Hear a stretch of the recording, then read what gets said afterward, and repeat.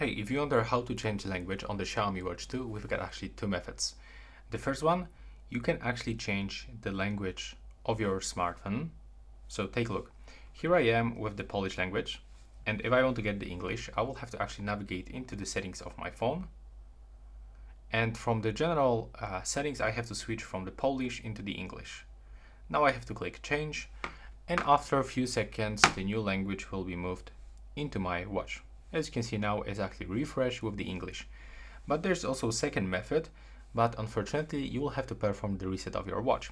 So if you remember that for the first time when you were set up this device, you've got option to change to choose the language.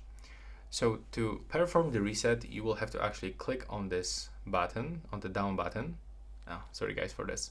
We have to actually swipe up, then go into the settings, then scroll down all the way down, move into the system, and then select reset, disconnect and reset.